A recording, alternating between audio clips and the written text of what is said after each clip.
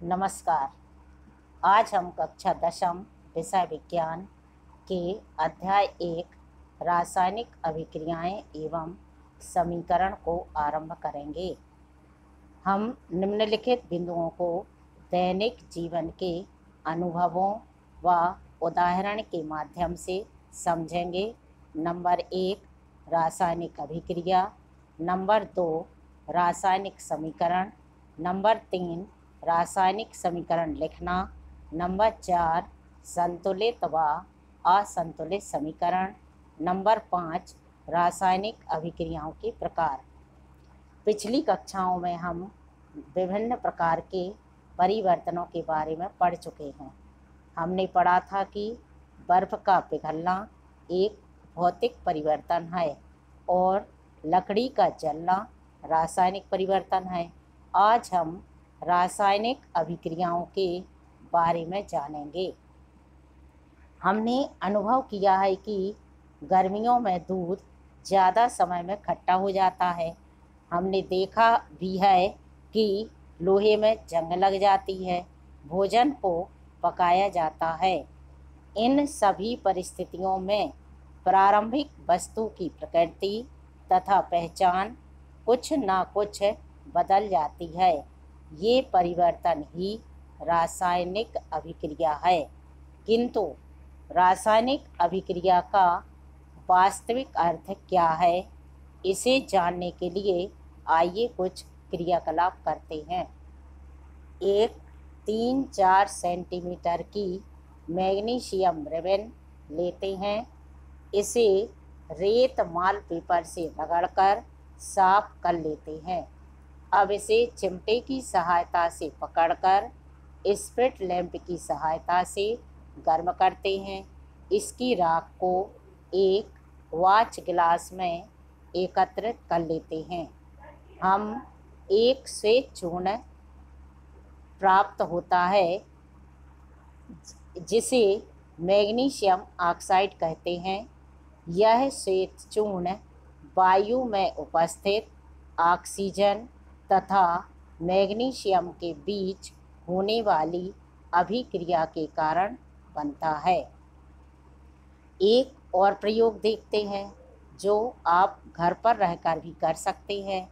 एक कटोरी में बेकिंग सोडा लेकर उसमें कुछ बूंदें नींबू की रस की डालते हैं। हम देखते हैं कि कटोरी में से बुलबुलों के रूप में कार्बन डाइऑक्साइड निकल रही है।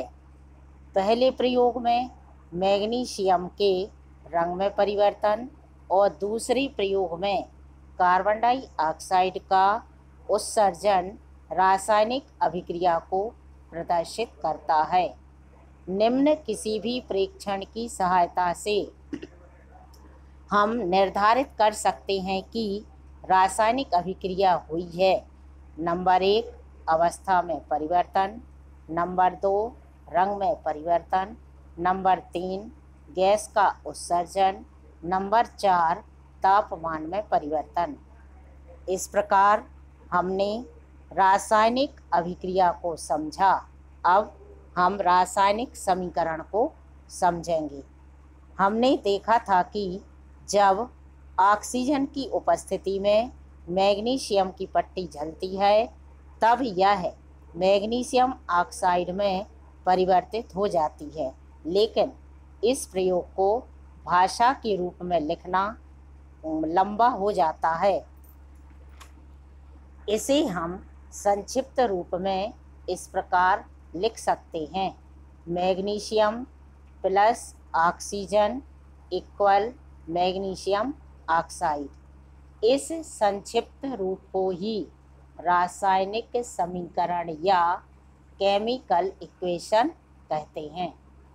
इस समीकरण में मैग्नीशियम और ऑक्सीजन अभिकारक या रिएक्टेंट कहलाते हैं और मैग्नीशियम ऑक्साइड उत्पाद या प्रोडक्ट कहलाते हैं। तीर का चिन्ह अभिक्रिया की दिशा को निर्धारित करता है, लेकिन क्या इसे हम और संक्षिप्त रूप में लिख सकते हैं? जी हाँ।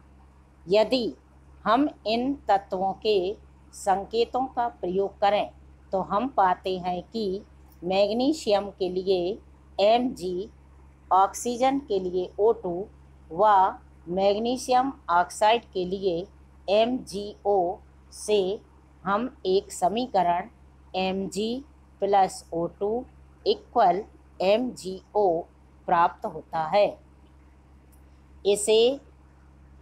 इसे रासायनिक समीकरण कहते हैं। एक और उदाहरण देखते हैं। जिंक + सल्फ्यूरिक अम्ल = zinc sulphate + hydrogen, Zn + H2SO4 = ZnSO4 + H2। इस प्रकार हमने रासायनिक अभिक्रिया, रासायनिक समीकरण, अभिकारक व उत्पाद के बारे में देखा।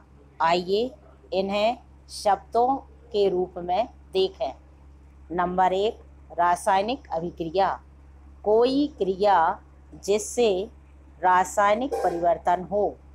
नंबर 2, अभिकारक, दो पदार्थ जिसमें बदलाव आ जाता है। नंबर 3, उत्पाद, वो पदार्थ जो रासायनिक अभिक्रिया में बनते हैं।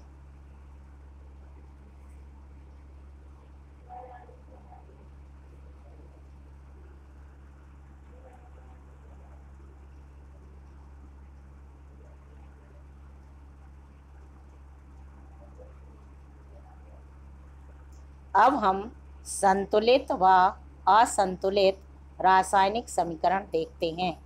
इस अभिक्रिया में मैग्नीशियम एक परमाणु, ऑक्सीजन के 2 परमाणु अभिकारक में हैं, जबकि उत्पाद एक मैग्नीशियम व एक ऑक्सीजन परमाणु है। स्पष्ट है कि दोनों ओर परमाणुओं की संख्या समान नहीं है। अब हम इस चित्र में देखेंगे। इसमें दोनों ओर ऑक्सीजन और मैग्नीशियम के समान संख्या में परमाणु हैं। स्पष्ट है कि प्रथम चित्र असंतुलित समीकरण व द्वितीय चित्र संतुलित समीकरण को प्रदर्शित करता है। आइए इन्हें परिभाषित करते हैं। वह समीकरण जिसमें तत्वों के परमाणुओं की संख्या दोनों ओर बराबर होती है संतुलित समीकरण कहलाते हैं। वह समीकरण जिसमें तत्वों के परमाणुओं की संख्या दोनों ओर बराबर नहीं होती है उसे असंतुलित समीकरण कहते हैं। आइए कुछ उदाहरण देखते हैं। दिए गए समीकरण में अभिकारक व उत्पाद में उपस्थित विभिन्न तत्वों के परमाणुओं की संख्या तालिका में भरिए। आप देखेंगे कि अभिकारक में हाइड्रोजन और ऑक्सीजन के 2 परमाणु हैं, जबकि उत्पाद में हाइड्रोजन के 2 व ऑक्सीजन के 1 परमाणु है, अर्थात यह असंतुलित समीकरण है। एक और समीकरण आपके सामने है। इसमें परमाणुओं की संख्या ज्ञात कीजिए। आप पाएंगे कि अभिकारक व उत्पाद में परमाणुओं की संख्या समान है, अर्थात यह संतुलित समीकरण है। अब हम देखते हैं कि रासायनिक समीकरण को संतुलित कैसे करते हैं। लेकिन आपके मन में प्रश्न होगा कि संतुलित करना क्यों आवश्यक है। इसका उत्तर है द्रव्यमान संरक्षण के नियम के कारण। इस नियम के अनुसार किसी रासायनिक अभिक्रिया में द्रव्यमान का ना तो सृजन किया जा सकता है ना ही विनाश। अब इस समीकरण को देखते हैं। यहाँ कार्बन का 1 परमाणु और ऑक्सीजन के 2 परमाणु दोनों ओर हैं, अतः यह पहले से संतुलित है। अब दूसरा समीकरण देखते हैं। इसमें परमाणुओं की संख्या दोनों ओर अलग अलग है, अतः यह असंतुलित समीकरण है। इसे संतुलित करने के लिए हम हाइड्रोजन और जल के अणु में 2 का गुणा कर देते हैं। अब देखिए यह संतुलित हो गया है। अब देखते हैं कि रासायनिक अभिक्रियाओं को और अधिक सूचनापूर्ण कैसे बनाया जा सकता है। इस समीकरण को देखिए। क्या इसके अभिकारक और उत्पाद को देखकर हम इनकी भौतिक अवस्था बता सकते हैं? आपका उत्तर होगा नहीं। समीकरण में तत्व की भौतिक अवस्था कोष्ठक में दर्शाई जाती है। ठोस के लिए S, द्रव के लिए L, गैस के लिए G और जलीय विलयन के लिए AQ प्रदर्शित किया जाता है। अब पुनः इस समीकरण को देखिए। अब आप बता सकते हैं कि यहाँ मैग्नीशियम ठोस अवस्था में है, ऑक्सीजन गैस अवस्था में है व मैग्नीशियम ऑक्साइड ठोस अवस्था में है। अब इस समीकरण को देखिए और इसके अवयवों की अवस्था बताइए। ध्यान दीजिए कि यहाँ जल द्रव रूप में नहीं बल्कि गैसीय रूप वाष्प अवस्था में है।